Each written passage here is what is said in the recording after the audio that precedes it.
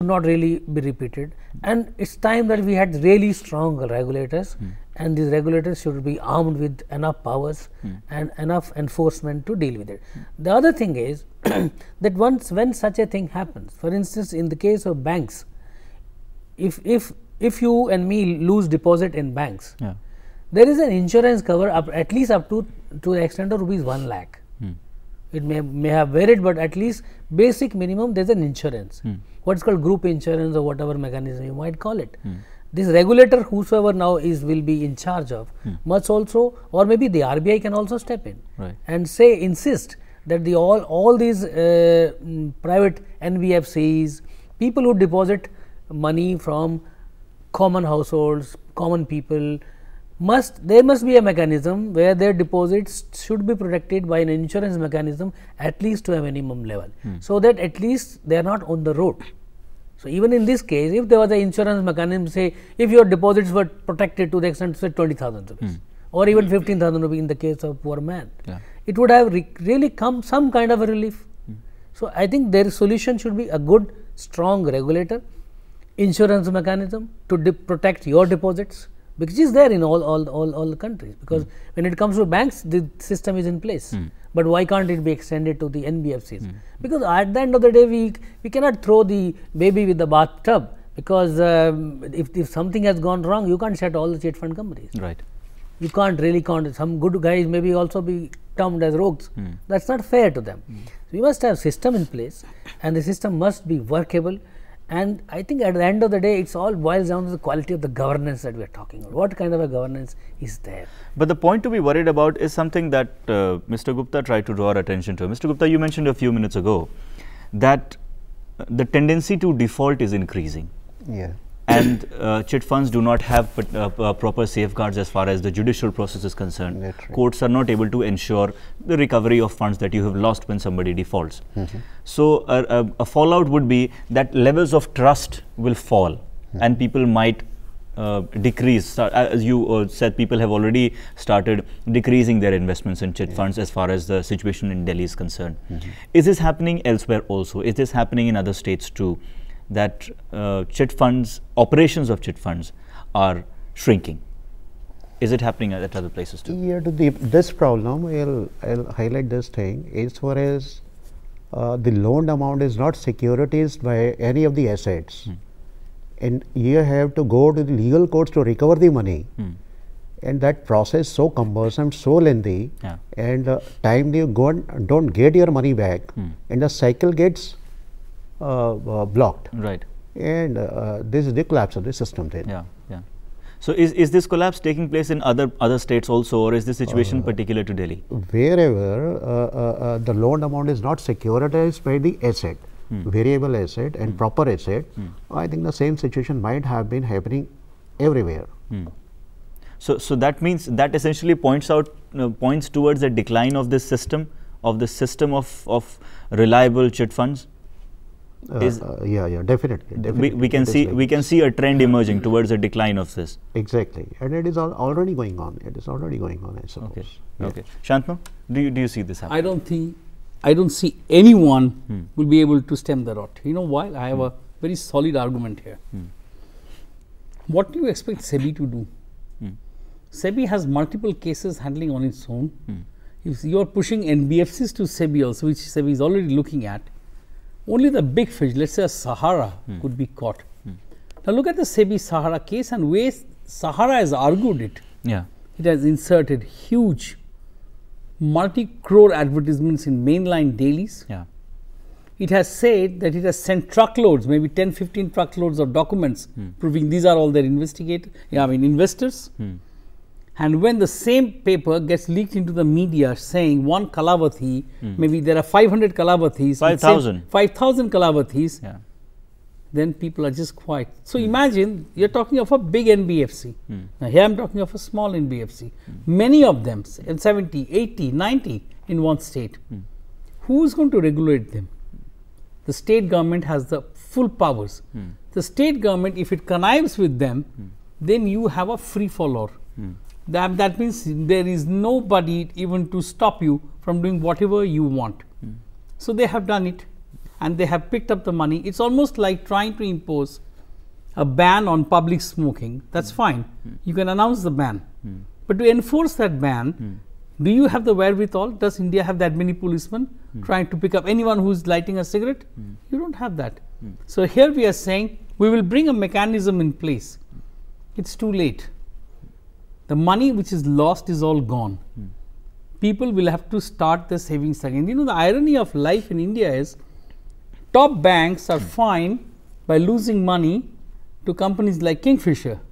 But they won't invest that kind of a money to try and set up the infrastructure in a poor village where the villager is earning more because agriculture, in a country where 50% of people are into agriculture, you will rarely see a bank in a village. And that is the irony. Now, Shantanu, what you were saying is that the government apparatus, the administration might not respond adequately to the situation. But how will people respond? Will people respond by committing? People will respond by committing suicides. No, people but will come on the streets. They will demonstrate. Yeah. I mean, demonstration is a part of Bengali psyche. They always demonstrate. So they'll all come to the street. They'll shout, rave, rant. And then they will go home. And then they will go home. And then they that will. means the loss is there. And then they will forget. They will forget the case. Will go What on. about after that? Will people's faith in chit funds break down? People's faith in chit fund will remain because people don't have any option. Even if another organized way of collecting money may not happen, people among themselves, what is called committee in a larger parlance across the country, people will continue to do that. So unless there is an alternative offer to those people by the government, by the bankers, by insurance companies, this rot will continue. But on the other hand, there are cases like Mr. Gupta's company, and he is pointing out towards this general trend in Delhi. As he said, you have the numbers, that there were about 10,000 companies when they began operations. Now they have come down to about 1,000 companies. They are declining operations because it's turning out to be a non-profitable business. And why it's turning out to be non-profitable? It's turning out to be non-profitable because the tendency to default is increasing, and there is no safeguard of recovery. The tendency to default is high. But people in Delhi still have an alternate. There are better alternatives available. Look at the East. The East is the least developed zone of India. Northeast is the least developed zone in the country. In those places, where is the guarantee? I mean, look at all journalists who became so gullible to pick up those jobs and they landed up there. Salary is not paid for 5, 6, 7 months. And today, all of a sudden, everything is gone. And look at the way he spread his empire. He had a Rajya Sabha MP as his CEO, who would sit in studio discussions. He would write editorials trying to push one particular party in the state, the ruling party. And then suddenly, before it busted, he just resigned. Does that mean that he's not answerable? That he should not be arrested? He should not be questioned? He has to be questioned. So he must cooperate in that investigation and try and explain if possibly this money could be recovered and these people could be paid. Though I doubt that very much, that the money could be recovered and the people could be paid, because the money which has gone out has gone out. It can't be brought back. Prakashji, the demand for making political funding transparent has been on in the country for a very long time, but the ball has not been set in motion yet as far as making electoral funding transparent is concerned. Do you think it will be possible to track cases like Saradha better if the funding of political parties is made transparent? I think you are raising a very macro level question, which I don't know, because this particular case, so far as the chit fund and NBFC misuse is concerned, my take would be that one, have a strong regulator, the other, that at the end of the day, as Shantanu said, he doesn't see much hope. But how do you, my question is, how do you de-link them from political patronage? No, I'll tell you hard. Because they very difficult. They proliferate because of political patronage. Well, that's a different question. I'm saying, okay, I am a poor deposit holder. Let, first of all, what government can do. What government can do and what the state machinery can do is as follows. Number one, have a strong regulator, both at the state level, at the center level. Number two, launch a massive campaign, especially in places where use mass media. Massive campaign that please be aware. There is no power on the earth which can really make your money grow 3 times a year. No, nobody has a magic wand. It's like somebody walking in your home and say, give me jewelry, I'll double it in 2 hours. So have that kind of measure. At the end of the day, people must be empowered themselves to take informed decision. Let us not play. So, and let us not underestimate them. If we inform them, they will react. They will react positively. I think that's my take on it. Okay. Well, on that note, we're slipping into yet another break. The discussion will continue on the other side. Stay tuned to Insight.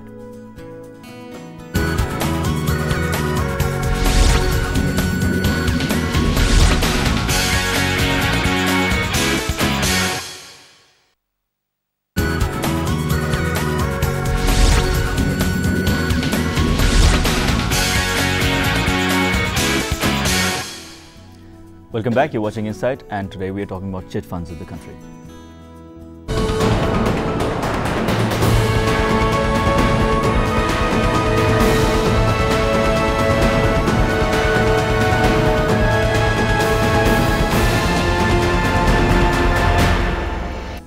Shantu, the other dimension of the Saratha story that you've been mentioning about is the fact that Saratha Group, on the back of investments or on the back of revenue earned because of the chit fund, Saratha Group or the owner, Sudeep Hussain, turned into a media baron, started out newspapers and television channels to defend the government and also to make to milk news channels and the newspapers for making his own fortune. So does that call for a new round or a new mechanism wherein funding of media houses also should be made transparent, maybe both print and electronic? Well, I think funding of media houses have always been completely behind the wall. Rarely you will know who owns a newspaper or a magazine or a television channel. It is sad, it is unfortunate in the country which has got almost 825 news channels. Today, I think it's a very good move on the part of the Information and Broadcasting Minister, who has demanded that all newspapers, magazines and television channels should declare who has shares in them. But they say that we do that already. No, they do. Even if they do already, there is a third party which has taken it through a different way. You know, so you really do not know who actually owns them. Now, even if you will realize that people's investment in the media is what? People's investment in the media is primarily to stave off criticism. People have media. Let's not forget, politicians, they own channels only to protect their interest. People own newspapers, they own magazines so that they become powerful. They can have their say in their magazine. So you get a counter voice. So as a result, many people have gone into this. My question is, there are 5 ministries involved whenever a channel is given a license. Home, Finance, Telecom, Corporate Affairs and Information and Broadcasting. But for all these 5 channels doing all these years, who gave all those licenses to start newspapers, to start magazines, to start news channels, and today you are clamoring that they have closed shop? I mean, you will be amazed to see that in Bengal, there used to be a clear divide between one part of the media completely supporting the state government and the other part trying to do some balancing act by doing decent reporting. So look at the way the journalist was become vulnerable. The journalist was actually at the crossroads. Today you really do not know if you have trying to do great investigative story on the state government, you really do not know whether your channel is interested in carrying that or not. And with all those mechanisms in place, 5 ministries have to give a clearance before a channel or a newspaper can start. What was the registrar of newspapers doing? They have a huge office, they have a huge operation. The Indian Newspaper Society, what is their job? So all of them started just overnight and closed within a year, funded by dubious Ponzi schemes. So, I mean, as if there is no tomorrow. I mean, so somebody has to answer all that, and no wonder the Prime Minister is deliberately not, Prime Minister is not keen to push the baton very high. He is not keen. He is saying that he needs answers from all these ministries. They have to answer to him that why did they give permission to all these dubious channels and newspapers and magazines. I mean, you can't just haul a state government over the coals because people close to them have shut shop. Permissions came from Delhi. Right. So they are equally responsible for that. Prakash, is the electronic media more culpable than the print here, or they are both equally culpable? Apparently economic media is more looks, because in electronic media, somehow the funding has been a question.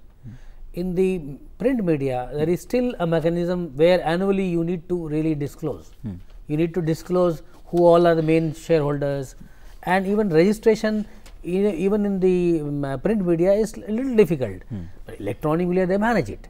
Apparently electronic media has been more culpable than the print media, and somehow they have managed it. And I don't know really, especially in terms of news, when we say electronic media, when generally what we mean is the news media. The news media, the credibility is a big question mark today. The